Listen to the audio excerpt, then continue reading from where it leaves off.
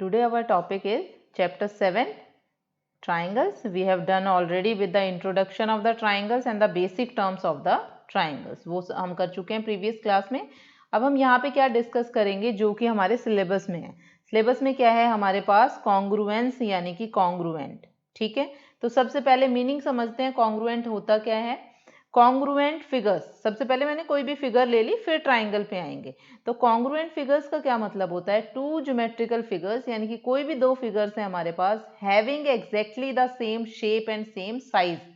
अगर किसी भी दो फिगर की शेप और साइज सेम है, बिल्कुल एग्जैक्ट सेम है, मेजरमेंट में भी सेम है, शेप में भी सेम है, then they are known as congruent figures. तो उनको क्या बोलते हैं, कॉन्ग्रुएंट फिगर्स बोलते हैं. जो कि हम जनरली बोल देते हैं बिल्कुल सेम है, बिल्कुल सेम है, तो मैथमेटिकल टर्म में क्या बोलते हैं उसको, कॉन्ग्रुएंट. दूसरी टर्म में आप बोलना चाहो तो one figure can be superposed on other to cover it exactly. Superposed का मतलब अगर आप एक फिगर को दूसरे के ऊपर रखते हो तो वो एग्जैक्टली उसको कवर कर देती है, कहीं से भी कोई भी स्पेस नहीं रहता वहां पे. ठीक है, that is the congruent figure.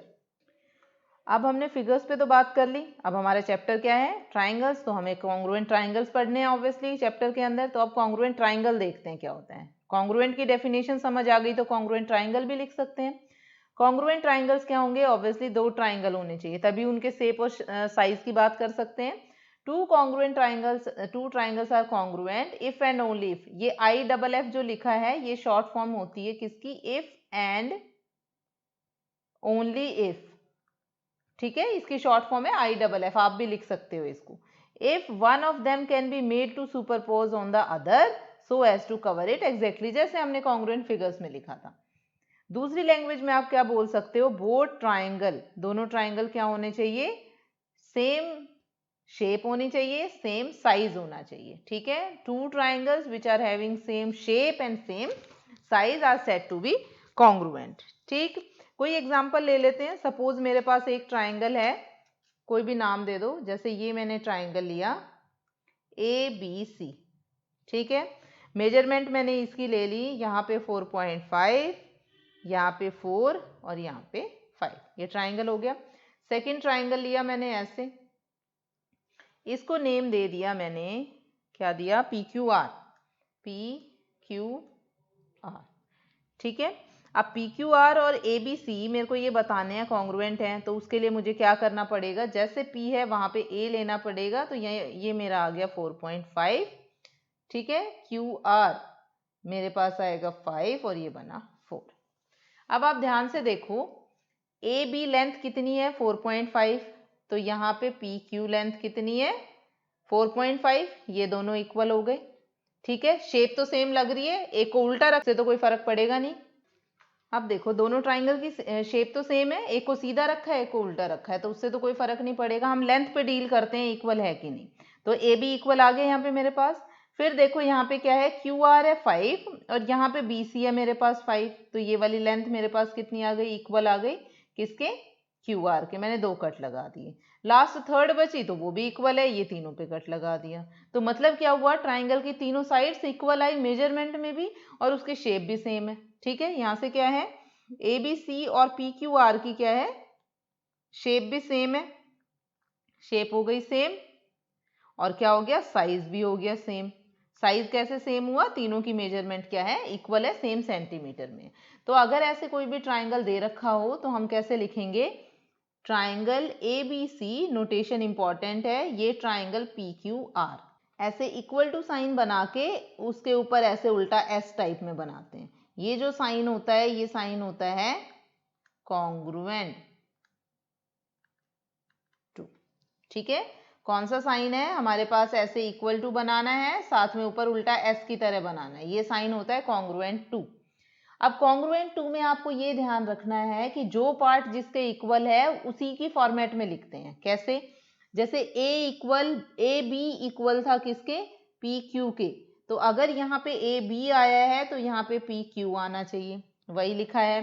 फिर BC इक्वल था हमारे पास QR के, तो अगर BC आया है तो QR आना चाहिए. जैसे एग्जैक्टली ABC में लिखा है वैसे ही एग्जैक्टली PQR में होना चाहिए. फिर है A और C इक्वल, तो इधर क्या होना चाहिए, P और R इक्वल. देखो A और C इक्वल, इधर P और R इक्वल, तो बिल्कुल एग्जैक्ट सेम तरीके से लिखा है। इसको क्या बोलते हैं? कॉरेस्पॉन्ड करना। कॉरेस्पॉन्ड करना मतलब कि जो पार्ट जिसके लिए इक्वल है उसी को कॉरेस्पॉन्ड करेगा। तो यहां से हम क्या लिख सकते हैं? A corresponds to P, A corresponds to P, B corresponds to Q and C corresponds to R। ये तो हो गया इसके लिए बात, हमारे पास पॉइंट टू पॉइंट की बात हुई। सेम ऐसे ही किसको कॉरेस्पॉन्ड करेगा? AB कॉरेस्पॉन्ड करेगी किसको? PQ को। BC कॉरेस्पॉन्ड करेगा किसको? QR को। और AC कॉरेस्पॉन्ड करेगा PR को। तीनों चीजें हो गई यहाँ पे, ये पॉइंट्स पे बात हुई थी, ये साइड पे बात हो गई। फिर क्या रह जाता है ट्राइंगल में? एंगल। तो ऑब्वियसली एंगल A किसको कॉरेस्पॉन्ड करेगा? एंगल P को। एंगल B किसको कॉरेस्पॉन्ड करेगा? एंगल Q को।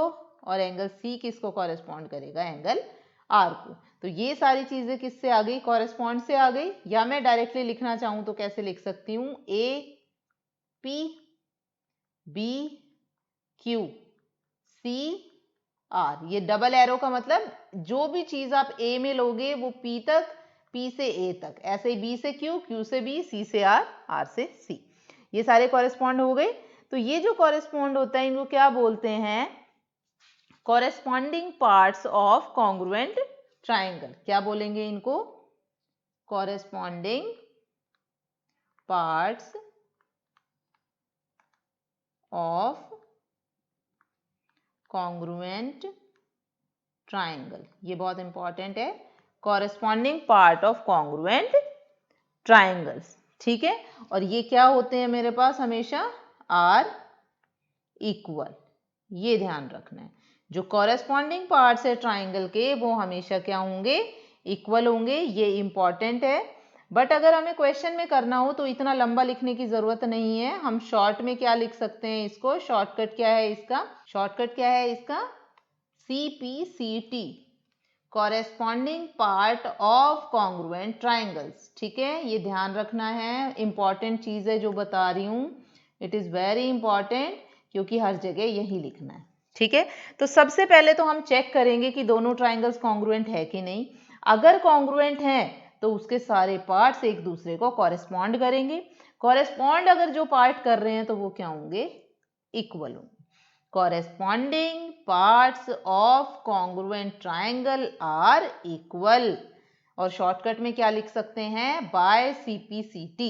by CPCT मतलब उसमें वो पूरी थ्योरम की स्टेटमेंट आ गई, that corresponding parts of congruent triangle are equal। it is very important। तो ये हमारे पास क्या हो गया? कॉन्ग्रुएंसी हो गया। ठीक है, क्या बोलेंगे? कॉन्ग्रुएंट या कॉन्ग्रुएंस, ये हमारी प्रॉपर्टी थी, वो हमने डिस्कस कर ली। पूरे चैप्टर में सिर्फ कॉन्ग्रुएंस ही पढ़ेंगे और कुछ नहीं पढ़ेंगे, और एक दो छोटी सी थ्योरम्स हैं ट्राइंगल के ऊपर, वो सब डिस्कस करेंगे। अब यहाँ पे हमारे पास कुछ क्राइटेरिया होते हैं जिससे हम बताते हैं कि वो कॉन्ग्रुएंस है कि नहीं है। तो क्राइटेरिया लिखते हैं, criteria for congruence of triangle, congruence of triangles. ठीक है, क्राइटेरिया हमारे पास 4 क्राइटेरिया हैं यहाँ पे। ठीक है, तो हम 1 बाय 1 डील करेंगे, जिस एक्सरसाइज के साथ जो क्राइटेरिया आएगा वो डिस्कस करते जाएंगे। अब फर्स्ट हमारे पास क्राइटेरिया आता है, उसको बोलते हैं, आप थ्योरम ले सकते हो, आप एक्सियम ले सकते हो, आपकी मर्जी, आप कुछ भी ले सकते हो। वैसे जनरली हम इसे क्या लिखते हैं? एक्सियम लिखते हैं। एक्सियम लिखने का क्या मतलब है? नो नीड टू प्रूव, मतलब हमें इसको प्रूव करने की जरूरत नहीं है, ये हमारे पास एज ए रिजल्ट रहेगा। ठीक है, तो नंबर 1, इसको शॉर्ट में क्या बोलते हैं? SAS congruence rule. SAS congruence rule, ये हो गया नंबर 1 हमारा। पहले शॉर्टकट की फॉर्म देख लेते हैं। S शॉर्ट लिखते हैं साइड के लिए, A शॉर्ट लिखते हैं एंगल के लिए, और फिर अगेन S किसके लिए हो गया? साइड के लिए। तो अगर मैं रूल को डिटेल में पढ़ूं तो मेरे पास क्या बना? Side angle side, side angle side, congruence rule, SAS। ऐसे ही याद करना है आपको। ठीक है, रूल की डेफिनेशन लिखते हैं। रूल क्या कहता है हमारे पास? Two triangles are congruent. अब ऑब्वियसली किस पे बात हो रही है, कॉन्ग्रुएंसी पे बात हो रही है, तो two triangles are congruent if two sides, देखो यहाँ पे भी क्या है, first side second side, and the included angle, included angle का मतलब उन दोनों साइड के बीच में जो भी एंगल बन रहा है ना, यहाँ पे भी देखो एंगल को बीच में लिखा है, included angle of one triangle are equal to two sides the included angle and the included angle of the other triangle। ठीक है, दोबारा से रीड करते हैं, क्या बोला है, टू ट्राइंगल्स आर कॉन्ग्रुएंट, दो ट्राइंगल कॉन्ग्रुएंट होंगे if two sides and the included angle of one triangle are equal to two sides and the included angle of the other triangle. Name में देखो आप लिखा हुआ है S A S, two sides included angle, included angle का मतलब दोनों side के बीच का एंगल, इंक्लूडेड एंगल। ठीक है, अब इंक्लूडेड एंगल अगर नहीं समझ आ रहा तो ऐसे देख सकते हैं, suppose this is a triangle A B C, अगर मैं बात कर रही हूँ साइड ए बी और साइड ए सी की, A B, this is A B side, A B और ये बी सी साइड, तो this is the included angle. ठीक है, angle B is the included angle between A B and A C, तो ये मतलब हो गया इंक्लूडेड का। अब आप पढ़ो इसको, एस ए एस, बन गया रूल। तो ये होना चाहिए कि एक ट्राइंगल का एस ए एस दूसरे ट्राइंगल के एस ए एस के इक्वल होना चाहिए। ठीक है, कोई एग्जांपल ले लेते हैं, सपोज मैंने एक ट्राइंगल दिया आपको ए बी सी, ये मेरा ट्राइंगल है ए बी सी, ये मैंने दे दिया 50 डिग्री, यहाँ पे दे दिया मैंने 3 सेंटीमीटर और यहाँ पे दे दिया 5 सेंटीमीटर। ऐसे ही मैंने कोई ट्राइंगल लिया पी क्यू आर, ये साइड भी दे दी मैंने 3 सेंटीमीटर, ये भी दे दिया 50 डिग्री और ये दे दिया 5 सेंटीमीटर। अब आपने यहाँ से क्या नोटिस किया, हमने ये नोटिस किया कि ए बी इक्वल है पी क्यू के और किसके, 3 सेंटीमीटर के, एंगल बी इक्वल है एंगल क्यू के और कितना है, 50 डिग्री है, और यहाँ से बी सी इक्वल है क्यू आर के और इक्वल है 5 सेंटीमीटर के। तो देखो मेरे पास बना साइड, इधर एंगल और इधर साइड, तो मेरे पास कौन सा रूल बन गया, एस ए एस। क्यों, क्योंकि ये दोनों तीनों इक्वल थे, तो एस ए एस रूल से मेरे पास दोनों क्या हो जाएंगे, triangle A B C is congruent to triangle P Q R. ये तरीका है लिखने का, ऐसे ही हम आगे क्वेश्चंस प्रोसीड करेंगे। ठीक है, हो गया हमारे पास। उसके बाद हमारे पास आता है सेकंड रिजल्ट। ठीक है, ये था फर्स्ट। अब एक चीज और यहाँ पे ध्यान रखनी है आपको, जो एस ए एस रूल है वो एस ए एस ही लिखा जाएगा, उसको आप ए एस एस नहीं लिख सकते, इसको आप एस एस ए भी नहीं लिख सकते। ठीक है, ये ध्यान रखना है, मतलब दोनों साइड्स होनी चाहिए और बीच का एंगल होना चाहिए, ऐसा नहीं कोई भी एंगल और कोई भी दो साइड, तो वो गलत है, कोई भी दो साइड कोई भी एंगल नहीं लेना है, वो दोनों गलत रहेंगे। ठीक है, सिर्फ एस ए एस हमारे पास करेक्ट है और कोई ऑप्शन इसमें करेक्ट नहीं रहेगा। ठीक है, ये हो गया हमारे पास first rule, that is S A S. फिर प्रोसीड करते हैं सेकेंड रूल पे। सेकेंड रूल आता है हमारे पास, rule number 2 is A S A, congruence rule. नाम से पता चल गया होगा अभी आपको, ए एस ए, पहले इसकी फुल फॉर्म लिखते हैं, angle S A side and again angle. ठीक है, तो हमारे पास क्या होना चाहिए, दो एंगल्स और एक साइड इक्वल होनी चाहिए, तो लिखें two triangles are congruent if, क्या if, two angles and included side. ठीक है, इंक्लूडेड साइड का मतलब उसी साइड पे दोनों एंगल बनने चाहिए, included side of one triangle are equal to two angles and included side of other triangle, side of other triangle. Same definition रहेगी सबकी, सिर्फ क्राइटेरिया में क्या होता है, रूल का फर्क आ जाता है कि SAS है, ASS है, या आगे साइड्स पे भी बात होगी। ठीक है, लिख दिया हमने, दोबारा पढ़ने की जरूरत है। Two triangles are congruent if two angles and included side are equal to the angles and included side of other triangle. ठीक है, अब ये हमारे पास क्या है, दिस इज अ थ्योरम। ये थ्योरम है हमारे पास, कोई रिजल्ट नहीं है, एक्सियम नहीं है, तो इट मीन्स हमें इसको क्या करना पड़ेगा, प्रूव करना पड़ेगा। अब प्रूव करने के लिए हमारे पास क्या होंगे, सर्टेन केसेस आएंगे। तो अब देखते हैं, पहले स्टार्ट करते हैं प्रूव करना। मैंने लिखा प्रूफ, ठीक है, ध्यान से देखना। प्रूफ में मैंने क्या लिया है, मैंने दो ट्राइंगल लिए, triangle ABC and triangle DEF। ठीक है, दोनों ट्राइंगल ले लिए। हमें क्या प्रूव करना है कि दोनों ट्राइंगल कॉन्ग्रुएंट है, बट हमें गिवन क्या है, गिवन क्या हो जाएगा यहाँ पे, मैंने लिखा गिवन। ठीक है, गिवन में क्या है, हमें दे रखा है दो एंगल और इंक्लूडेड साइड।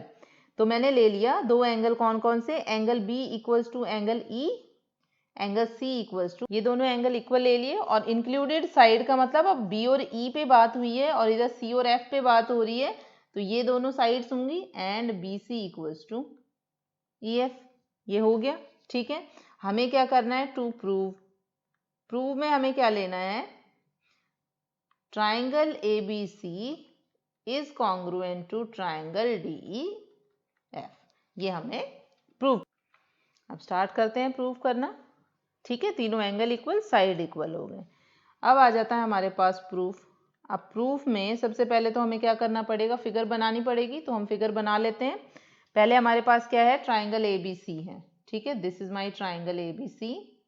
ये मैंने ले लिया ABC। तो क्या दे रखा है, पहले दूसरे ट्राइंगल बनाती हूँ, फिर उसके बाद देखते हैं। तो this is my triangle DE, almost same बना लेते हैं, थोड़ा दिखने में सेम लगना चाहिए। ये हो गया मेरे पास DEF, ले लिया। उसके बाद क्या दे रखा है, एंगल B इक्वल है एंगल E के, एंगल C इक्वल है एंगल F के, और साथ में BC इक्वल है EF के। ये ऐसे कट लगा दिया। ठीक है, one line will be equal to one line angle, two line will be two line two angle, और जो एक लाइन कट हुई है वो जो दूसरी लाइन कट हुई है उसके इक्वल होगा। ठीक है, अब देखो हमें क्या पता है, हमें एक क्राइटेरिया पता है ऑलरेडी, कौन सा, SAS क्राइटेरिया क्या कहता है कि साइड और एंगल हमारे पास अगर इक्वल आ जाए तो कॉन्ग्रुएंट हो जाएंगे। अब अगर हम ऑब्जर्व करें तो साइड है हमारे पास, दो एंगल में से कोई भी एक एंगल ले लो, तो एक साइड हमें प्रूव करनी है। क्या करनी है, एक साइड हमें इक्वल प्रूव करनी है। तो हम कौन सी साइड इक्वल प्रूव करेंगे, आपकी मर्जी है, AB को प्रूव कर लो, आपकी मर्जी है AC को प्रूव कर लो। ठीक है, मैं AB को AD के इक्वल प्रूव करना चाह रही हूँ, AB will be equal to DE। ठीक है, ये हमने प्रूव करना है, आपकी मर्जी है, आप क्या ले सकते हो, AC को DF के इक्वल भी ले सकते हो, जो आपको ज़्यादा कन्वीनियंट लगे वो आप प्रूव कर सकते हो। ठीक है, मैं दोबारा से रिपीट कर रही हूँ कैसे। हमारे पास एक रूल है SAS, तो इस रूल के लिए मुझे क्या चाहिए, साइड चाहिए, एंगल चाहिए और साइड चाहिए। साइड हमारे पास ऑलरेडी है BC, एंगल हमारे पास ऑलरेडी है B एंड C। आप कोई भी एंगल ले सकते हो, मैंने ले लिया एंगल C। हमें एक और साइड प्रूव करनी है जो उसको इंक्लूड कर रही हो। C को कौन सी साइड इंक्लूड कर रही है, AC, और F को DF। तो मुझे क्या प्रूव करना है, AC इक्वल्स टू DF। ये मेरा मेन टारगेट रहेगा प्रूव करना। उसके बाद में इस क्राइटेरिया से क्या लिख दूंगी, दोनों ट्राइंगल इक्वल है। तो स्टार्ट करते हैं, प्रोसीजर समझ आया हमें कहाँ से प्रूव करना है। अब ऑब्वियसली हमें इक्वल प्रूव करना है। अगर मैं ले लेती हूँ, आप देखो, दो लाइन पे अगर हमें बात करनी है तो दो लाइन पे हमारे पास कौन कौन से केस बनते हैं। फर्स्ट केस बनता है या तो दोनों इक्वल हो, ठीक है, AC इक्वल्स टू DF। दूसरा केस क्या हो सकता है, AC लेस देन DF। और तीसरा केस हमारे पास क्या हो सकता है, AC ग्रेटर देन DF। यही तीन केस हो सकते हैं। ठीक है, इन तीनों में से आपको तीनों केसेस प्रूव करने हैं। अब स्टार्ट करते हैं नंबर 1 केस के साथ। ठीक है, तो केस 1 क्या बना मेरे पास, केस 1 है मेरे पास AC इक्वल्स टू DF। ये हमने लेट कर लिया, ये मेरे पास केस 1 हो गया। अब केस 1 में ये हमने लेट किया है तो हमारे पास क्या क्या गिवन हो गया। अब देखें, AC हो गया DF के इक्वल, एंगल C गिवन है एंगल F के, ये गिवन है, ये मैंने लेट कर लिया। जो जो लिख रहे हो उसका रीजन साइड में होना चाहिए। और साथ में BC इक्वल है EF के, ये भी हमें क्या है, गिवन है। हो गया, तो मेरे पास क्या आ गया, therefore triangle ABC is congruent to triangle DEF by S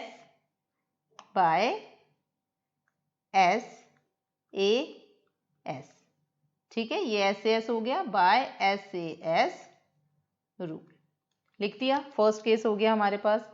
फिर हमारे पास केस नंबर 2 आता है, जब वो दोनों इक्वल नहीं है, या तो छोटा ले लो या बड़ा ले लो, एक ही बात है। तो मैं ले रही हूं, जब हमारे पास सेकेंड केस अब स्टार्ट करते हैं, जब मैंने लिया AC is less than DF। ठीक है, जब AC मेरे पास क्या है, DF से छोटा है, मतलब DF क्या हो गया, बड़ा हो गया। तो हम क्या कर सकते हैं कंस्ट्रक्शन में, DF अगर AC से बड़ा है तो मैं कोई एक ऐसे लाइन ड्रॉ कर सकती हूँ जिससे वो AC के इक्वल आ जाए। Suppose this is my D dash point. ठीक है, मैंने D डैश कैसे लिया कि ये जो DF है, D डैश F जो आया वो किसके इक्वल होगा, AC के इक्वल होगा। ये हमने खुद से लिया है। ठीक है, क्यों, क्योंकि DF क्या है, AC से बड़ा है, तो हमने एक पॉइंट ले लिया D डैश। ठीक है, then take D dash at DF such that, कैसे लिया हमने D डैश DF पे, D dash F equals to AC। ठीक है, लिख लिया हमने, हो गया मेरे पास। अब देखें फिर से, ये वाला जो ट्राइंगल बना हमारे पास, इसमें क्या बात होगी, इसमें हुआ मेरे पास इन ट्राइंगल ABC, और अब मेरे पास ट्राइंगल क्या बन गया, D डैश EF। तो यहाँ पे लिखेंगे D dash EF। D dash EF में क्या हुआ, मेरे पास कौन कौन सी चीजें गिवन है। अब देखो यहाँ पे क्या गिवन है मेरे पास, angle F equals to angle C, so angle C equals to angle F। दूसरा मुझे क्या पता है, D डैश F किसके इक्वल है, AC के, तो यहाँ से आया AC equals to D dash F, और एक साइड और कौन सी गिवन थी, BC equals to EF।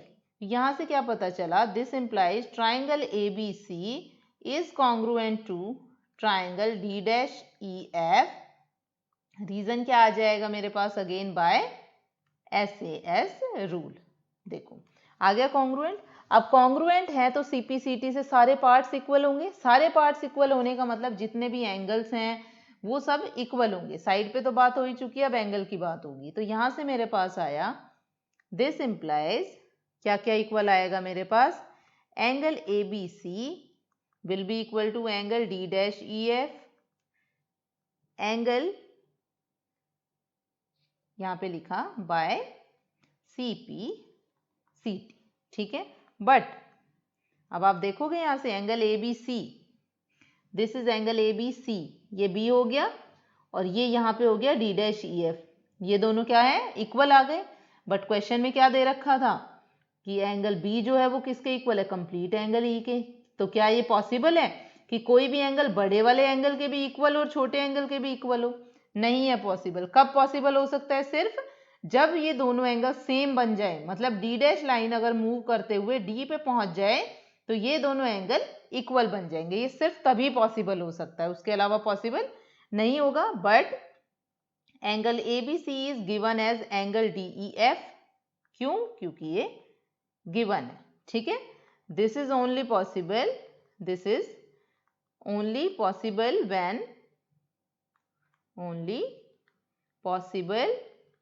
when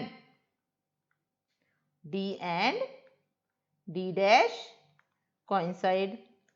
ठीक है, coincide होंगे तभी लिखेंगे। यहाँ से ये भी लिख सकते हो, और angle DEF equals to angle D dash EF। ये कब पॉसिबल होगा, जब हमारे पास D और D डैश कॉन्साइड कर जाएंगे।